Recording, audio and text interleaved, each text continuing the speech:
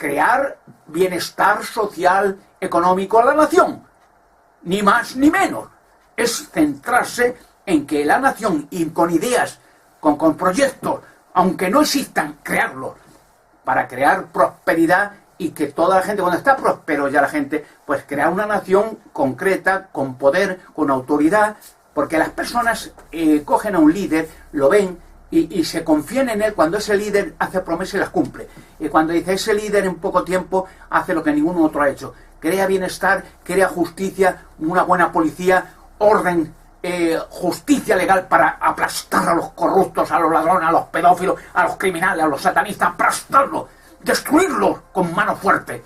Y esa persona se sienten seguras, como los niños que tienen miedo, pero van cuando el padre o las madres les protege, y bueno, ya se sienten seguros, tranquilitos. Así las naciones son como niños que necesitan un líder, necesitan a alguien que les levante de la ceniza, que les diga, este es el camino, vamos a por todas, lo conseguimos, vamos a crear trabajo, vamos a crear bienestar, vamos a hacer justicia, vamos a ser grandes otra vez. Y la gente se salce el corazón y que vea que se realiza, y que vea, vamos, pues no hay estas, vamos a hacer autopistas por toda España, túneles por todos sitios, centros de turismo, el Arca de la Alianza, lo vamos a sacar, el poder de Dios en España, vamos a la Cueva de Hércules para que sean los crímenes de las naves de Salomón, la tecnología de las naves, la tecnología de los robots de la Cueva de Hércules, los dólmenes, los menires, bueno, industrias por todos sitios, y la gente se sienta emocionada, llena de ardor y de alegría de decir, Dios mío, ha llegado la mano fuerte, el brazo salvador.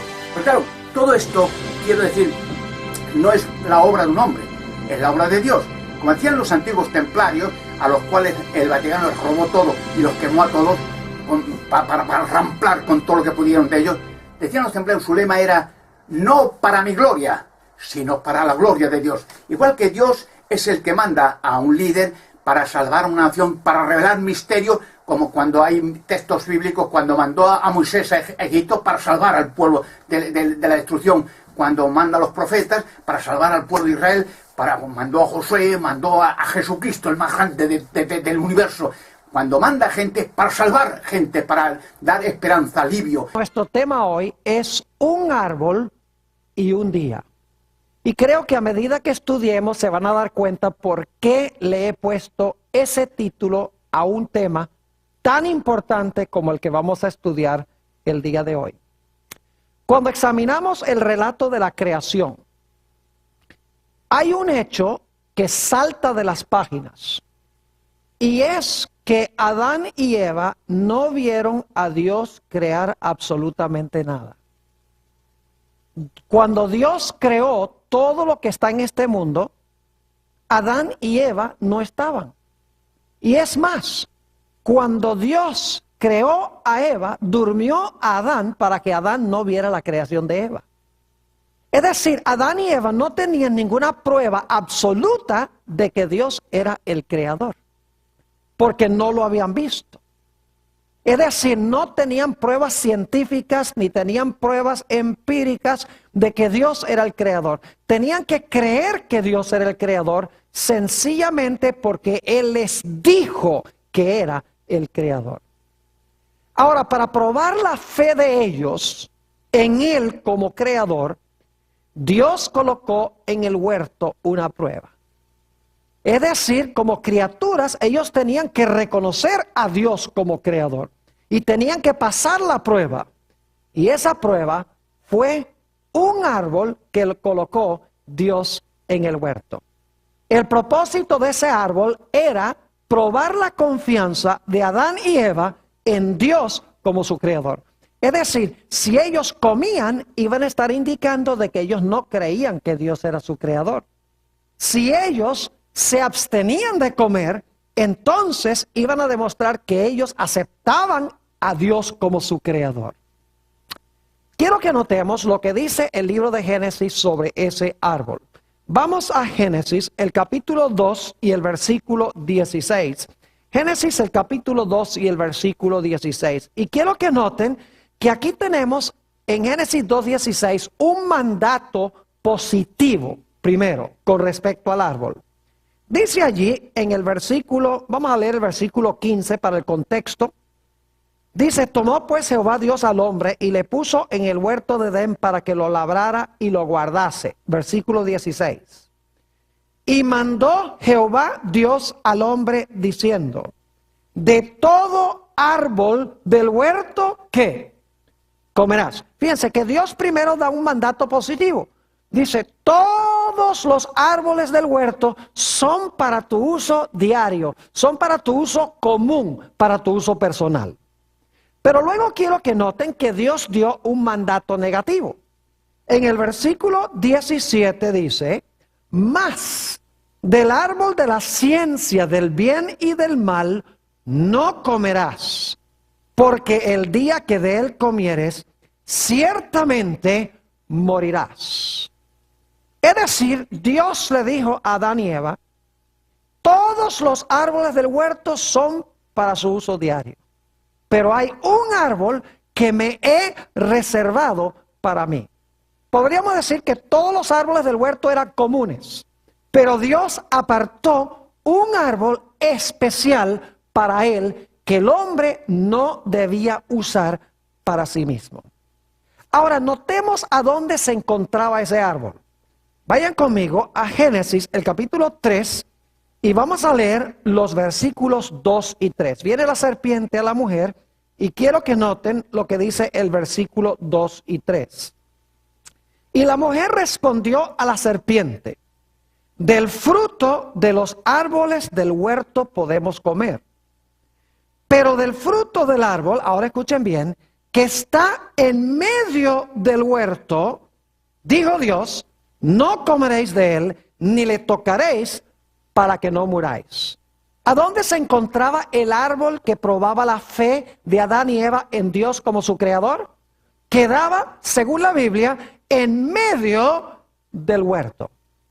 Ahora yo quiero preguntar, ¿quién fue el que escogió el árbol del cual Adán y Eva no podían comer? ¿Será que Dios le dijo a Adán y Eva, miren, ustedes ven todos esos árboles en el huerto? Pues yo quiero que ustedes me dediquen uno. Escojan ustedes cuál árbol me van a dedicar y de cuál árbol no van a comer. ¿Así fue? Claro que no fue. ¿Quién escogió el árbol del cual no debían comer?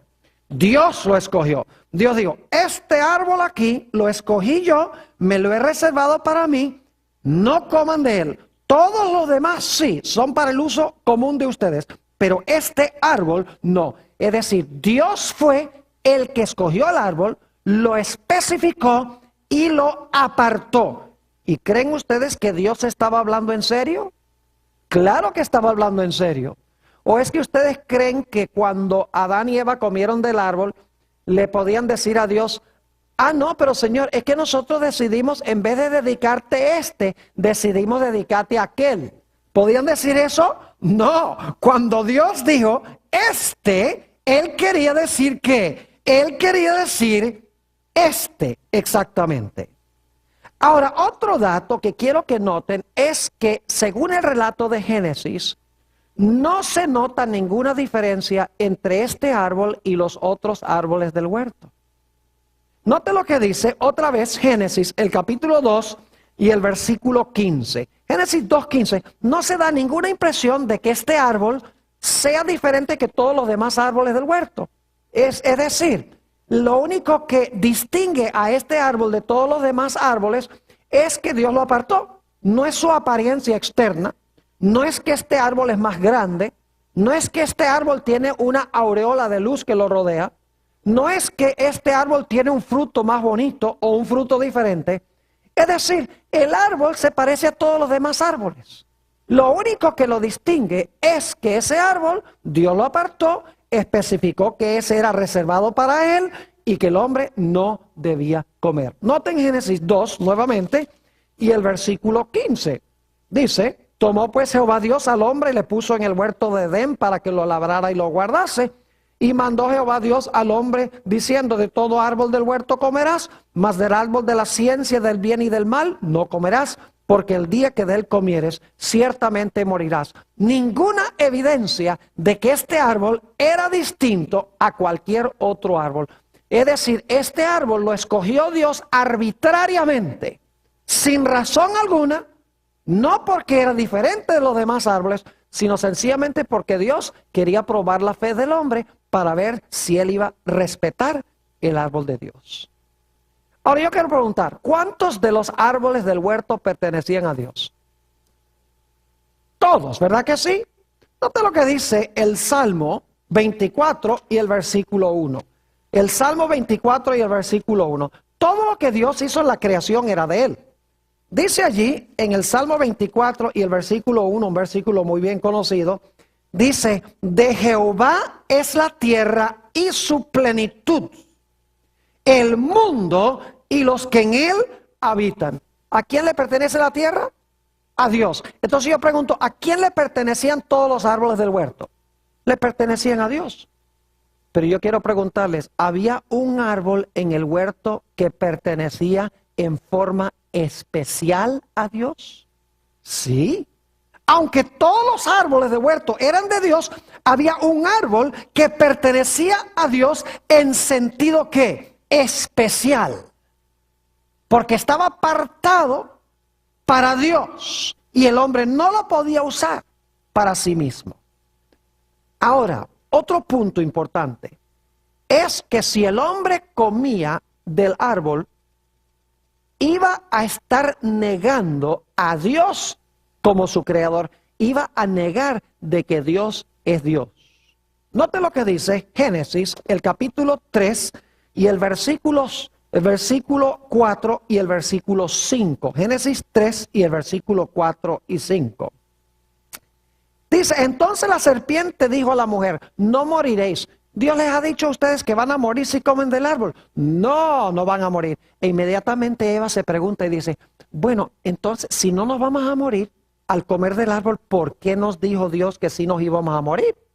Y el diablo le tiene la respuesta, versículos 5. Sino que sabe Dios que el día que comáis de él, serán abiertos vuestros ojos y seréis como Dios, sabiendo el bien y el mal. Yo pregunto, si Adán y Eva iban a ser Dios, entonces, yo les pregunto, ¿había una distinción entonces entre ellos y Dios? Claro que no, porque si ellos iban a ser Dios como Dios, entonces ya Dios no es supremo, ya Dios no es el creador, y ellos son ¿qué? Y ellos son criaturas.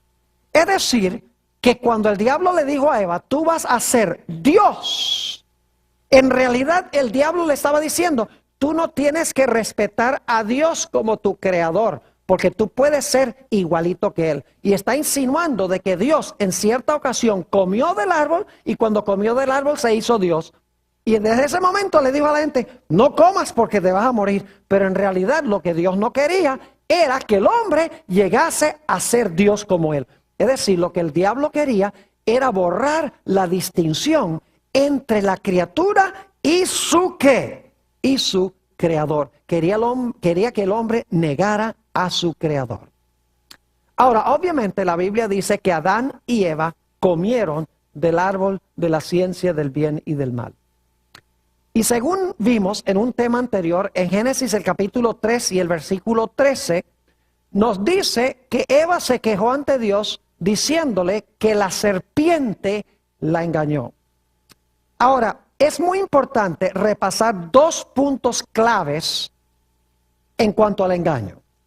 En primer lugar, para que algo engañe a una persona, tiene que parecerse mucho a la verdad. Es decir, las mentiras que más engañan son aquellas que se parecen más a la verdad. En segundo lugar, el engaño o la falsificación viene después de lo genuino o de lo verdadero. ¿Me están entendiendo lo que estoy diciendo? Es decir, lo falso viene después de lo genuino en tiempo. Y para que la gente pueda aceptar lo falso como si fuera verdadero, lo falso tiene que parecerse lo más posible ¿a qué? Lo más posible a lo verdadero. Ahora yo pregunto, ¿cuál era la pena que se iba a ejecutar si Adán y Eva comían del árbol? ¿Qué es lo que había dicho Dios? En el versículo 17 Dios dijo, el día que de él comieres, ciertamente que, ciertamente morirás. Así que hemos estudiado en cuanto al árbol de la ciencia del bien y del mal. Vamos a repasar lo que hemos estudiado porque es muy importante. En primer lugar, Adán y Eva no tenían ninguna prueba de que Dios era su creador. Tenían que aceptarlo por fe. En segundo lugar, Dios dio un mandato positivo. Pueden comer de todos los árboles del huerto, son para su uso personal. Encontramos también que Dios dijo, pero hay un árbol del cual no pueden comer. Ese me lo he reservado para mí. Ese ustedes no pueden participar de él. Encontramos que ese árbol estaba ¿a dónde? En medio del huerto, en el medio del huerto. Hemos visto que ese árbol lo escogió Dios. No era diferente que todos los demás árboles. Era muy parecido a los demás. Lo que lo distinguía era que Dios lo había apartado para sí de todos los demás árboles.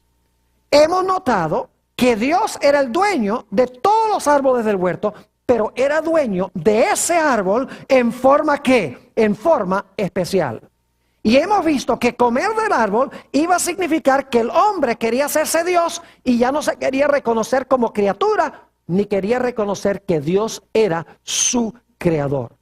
Y nos hemos dado cuenta que para que algo engañe, tiene que parecerse lo más posible a la verdad y que la falsificación siempre viene después de lo genuino. Y finalmente nos dimos cuenta que la pena o la penalidad por comer del árbol iba a ser ¿qué cosa? La muerte. Ahora yo quiero preguntarles, vamos a hablar ahora del día. Ya hemos hablado del árbol, ahora vamos a hablar del día. Yo vi a algunos de ustedes sonriendo a medida que yo iba trazando esta primera parte del tema, porque yo creo que muchos de ustedes saben para dónde vamos nosotros con esto. Porque el día se parece al árbol en muchos sentidos. Ahora yo quiero preguntarles, ¿tenemos nosotros hoy alguna prueba de que Dios sea el creador? ¿Tenemos más pruebas hoy que lo que tenían Adán y Eva? ¿Sí? ¿Cuáles son? ¿Ustedes vieron la creación? ¿Ustedes vieron a Dios crear algo? No. Entonces, ¿tenemos alguna prueba nosotros hoy de que Dios fue el creador más que Adán y Eva? Claro que no. Porque nosotros no estuvimos allí. ¿Verdad que sí? Por eso dice, si van conmigo a Hebreos, el capítulo 11, Hebreos, el capítulo 11, se nos dice algo muy interesante en cuanto a la creación. Dice allí, en Hebreos 11 y el versículo 3, por la fe entendemos haber sido constituido el universo por la palabra de Dios, de modo que lo que se ve fue hecho de lo que no se veía. Pregunta, ¿todavía hoy tenemos que confiar por fe que Dios fue el creador? ¿Tenemos que aceptarlo porque Él lo dice en su palabra? Ahí dice en Hebreos 11 y el versículo 3 que sí. Ahora yo pregunto, ¿será que Dios hoy nos ha dado una prueba para ver si nosotros en realidad lo aceptamos a Él como creador? Vayan conmigo al libro de Éxodo, el capítulo 20. Éxodo, el capítulo 20, al cuarto mandamiento de la santa ley de Dios. Y vamos a empezar leyendo en el versículo 8. Éxodo 20 y el versículo 8. Dice, acuérdate del día de reposo para santificarlo. 6 días trabajarás y harás toda tu obra. Pregunta, ¿es ese un mandato positivo? Claro que sí. Dios dice, los 6 días de la semana son ¿para quién? Para ti, para tu uso personal, para que tú trabajes. 6 días son para tu uso común. Pero yo pregunto, ¿luego hay un mandato negativo? Claro que sí. Note lo que sigue diciendo allí en Éxodo el capítulo 20 y vamos a leer de nuevo el versículo 9. Dice, 6 días trabajarás y harás toda tu obra. Mas el séptimo día es reposo para Jehová tu Dios. No hagas en él obra alguna, tú, ni tu hijo, ni tu hija, ni tu siervo, ni tu criada, ni tu bestia, ni tu extranjero que está dentro de tus puertas. Pregunto, ¿es ese un mandato negativo? Claro que sí. Dios dice, 6 días son para tu uso personal, pero el séptimo día yo lo he apartado no es para usarlo tú, sino lo he reservado para quién. Lo he reservado para mí. Ahora yo pregunto, ¿a dónde se encuentra el cuarto mandamiento en la santa ley de Dios? Se encuentra en todo el centro de la santa ley. Es más, en hebreo, si ustedes cuentan el número de palabras antes del cuarto mandamiento y el número de palabras después del cuarto mandamiento, hay la misma cantidad de palabras antes y después en hebreo. Es decir, el mandamiento del sábado se encuentra en todo el centro de la santa ley de Dios. ¿A dónde se encontraba el árbol? En el medio del huerto. ¿Dios dio un mandato positivo en cuanto al árbol? Sí, todos los árboles del huerto son para tu consumo personal, pero me he reservado este. Dios dice, todos los días, los 6 días son para tu uso personal, pero me he reservado este. Y en realidad, como el árbol estaba en el centro, de la misma manera, el día sábado está en el centro mismo de la santa ley de Dios. No solamente, mis queridos amigos, tenemos nosotros que mirar el sábado como en el centro de la ley, contando el número de palabras antes y después, sino que la ley de Dios fue dada en una época cuando se escribían leyes de esa forma, como se halla en Éxodo el capítulo 20. Se han hecho excavaciones arqueológicas allá en Canaán, a donde el pueblo de Israel finalmente se estableció. Y en esas excavaciones arqueológicas han descubierto tabletas, es decir, tablas de barro, inscritas con un idioma que se llama cuneiforme. Es un idioma muerto, que ya nadie lo habla, ya nadie lo escribe, pero los eruditos son capaces de descifrar lo que dice. Ahora, lo interesante es que esas tabletas que se han descubierto, y son muchas, en realidad son un pacto entre un rey grande y un rey menor. Es decir, lo que está escrito en la tabla es un convenio o un pacto entre un gran rey y un rey que es súbdito. Lo interesante es que estas tabletas están escritas por ambos lados. Es decir, lo mismo que está escrito al frente, está escrito también atrás, de nuevo. Es decir, se escribe el mismo material 2 veces sobre la tableta. Y es interesante notar, si ustedes miran la parte de adelante de la tableta, van a descubrir que en todo el centro, cuando la tabla estaba suave, porque la tabla es de barro, cuando estaba suave, el que estaba haciendo el pacto tomó su sello, el sello de su reino, y lo imprimió en el barro mojado, y el sello quedó en todo el centro de la tableta. Y claro, cuando se ponía el sello en el centro de la tableta, la escritura a donde estaba el sello se borraba, porque el sello estaba donde estaba la escritura. Por esa razón es que ellos volvían a escribir el mismo documento en la parte de atrás, porque así el sello le daba autenticidad y por detrás entonces podían leer todo el pacto completo. Es decir, el sello se encontraba en el centro mismo de la tabla. Ahora, si ustedes consiguen la presentación en DVD, ustedes van a tener unas fotos de estas tablas, porque saqué en una biblioteca en Michigan fotos de varias de estas tabletas, donde van a poder ver la tableta y el sello en todo el centro de la tableta. Ahora yo pregunto, ¿la ley de Dios es un pacto? Claro que sí. Vayan conmigo a Deuteronomio, el capítulo 4 y el versículo 13. Deuteronomio, el capítulo 4 y el versículo 13. Dice aquí, y él os anunció su pacto. Y él os anunció su pacto, el cual os mandó poner por obra. ¿Y qué era el pacto? Los 10 mandamientos. Y los escribió en 2 tablas de ¿qué? De piedra. Pregunta, ¿los 10 mandamientos son el pacto de Dios? Claro que sí. ¿A dónde fueron escritos los 10 mandamientos? ¿En qué? En tablas.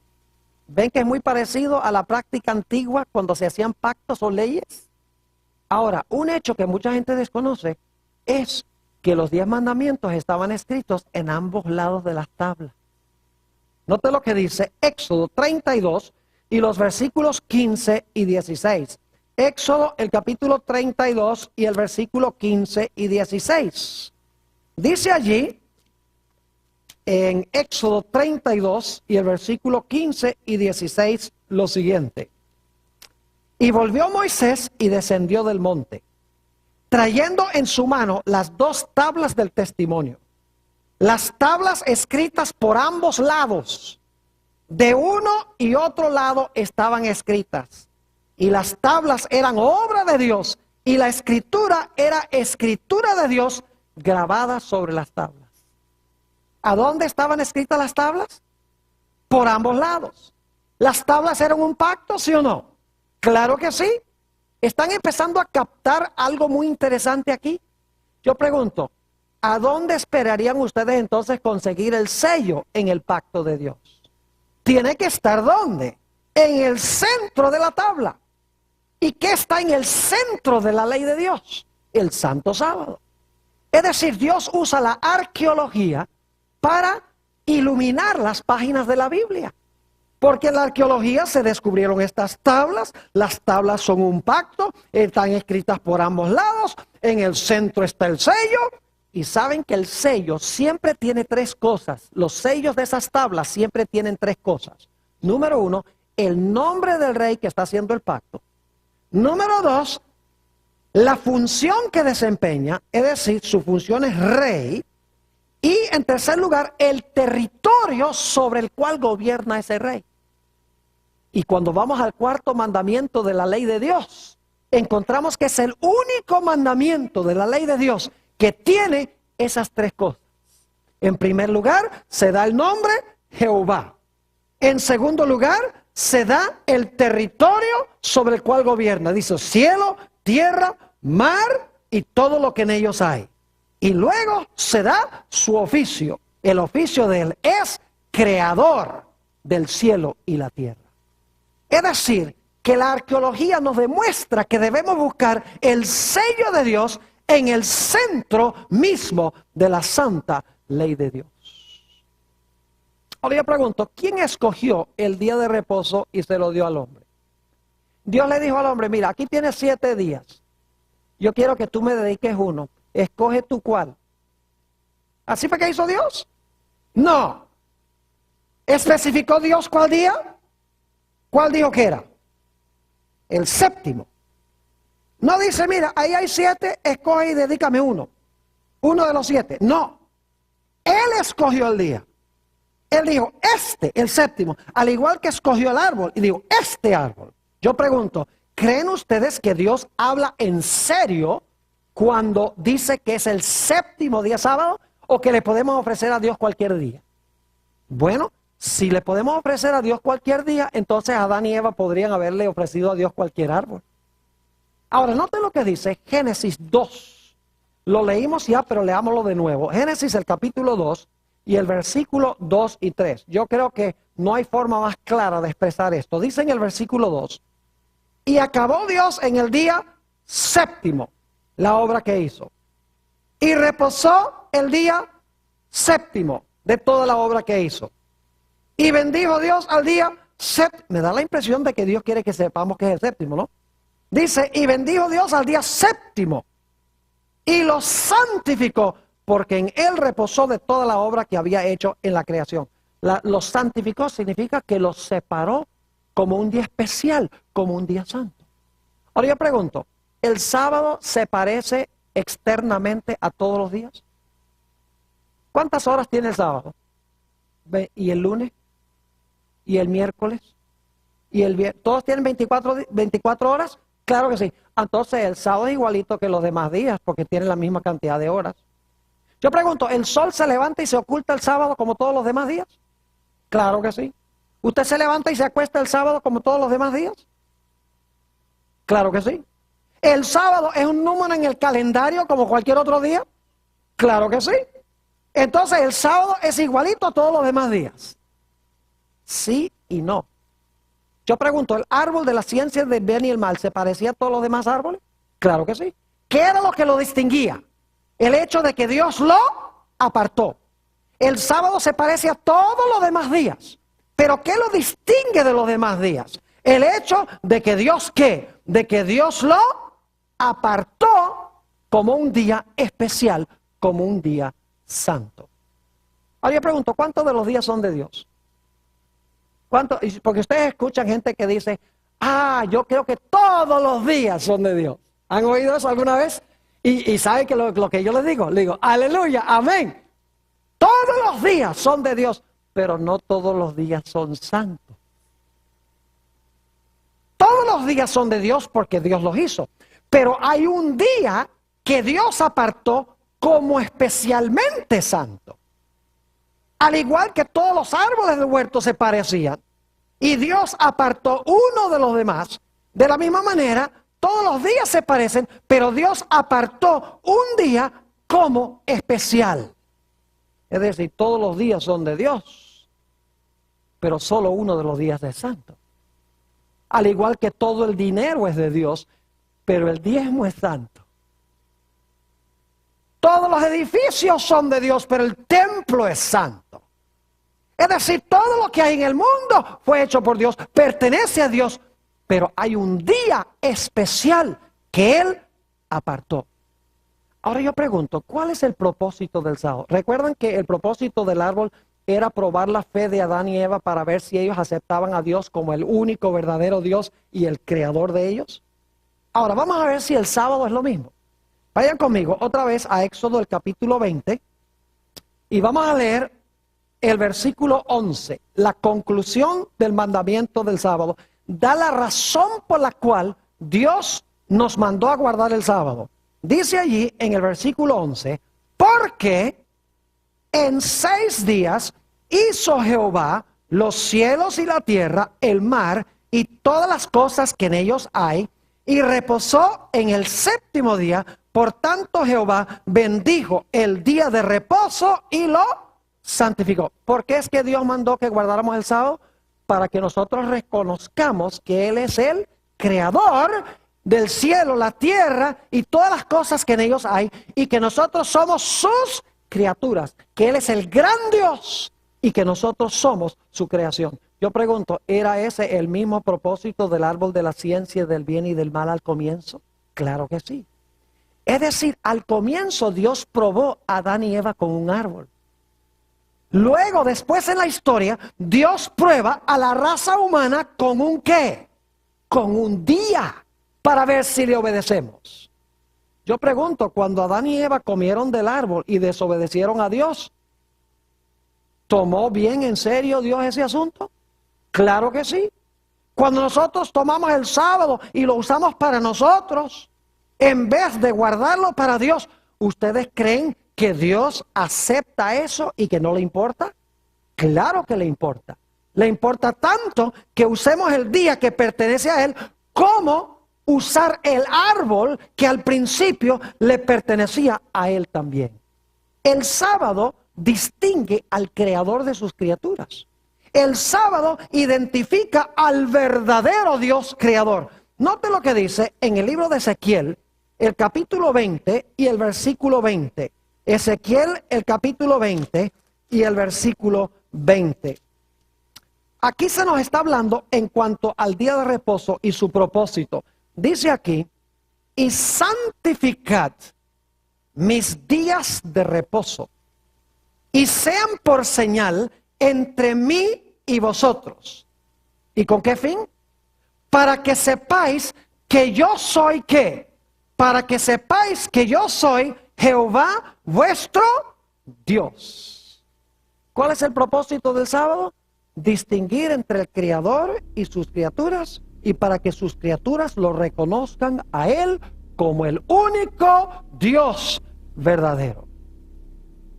Ustedes recuerdan que estudiamos un tema anteriormente donde hablamos de la rebelión de Lucifer. ¿Ustedes recuerdan que leímos de Isaías el capítulo 14 y el versículo 14? Tal vez sería buena idea regresar allá otra vez y leer en cuanto a la rebelión de Lucifer. Pero ha llegado un líder, ha llegado un gran monarca que va a hacer justicia, que va a crear riquezas y que va a revelar enigmas y misterios con el poder y la autoridad que Dios me da. Bueno, pues nada, estamos ya en vías de esos grandes acontecimientos y que va a empezar en España. En España va a empezar la gloriosa legislatura de un gran monarca profético, Alberto Canosa. Y después de mí, aunque sea un poco jactancia, lo que pasa en España, la grandeza del pueblo español, se va a extender por toda la tierra. Está profético y se cumplirá.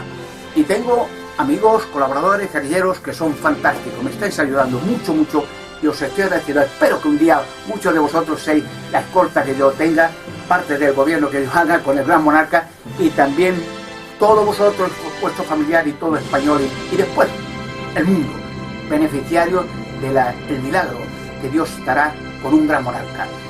¡A por ellos, que son pocos y cobardes!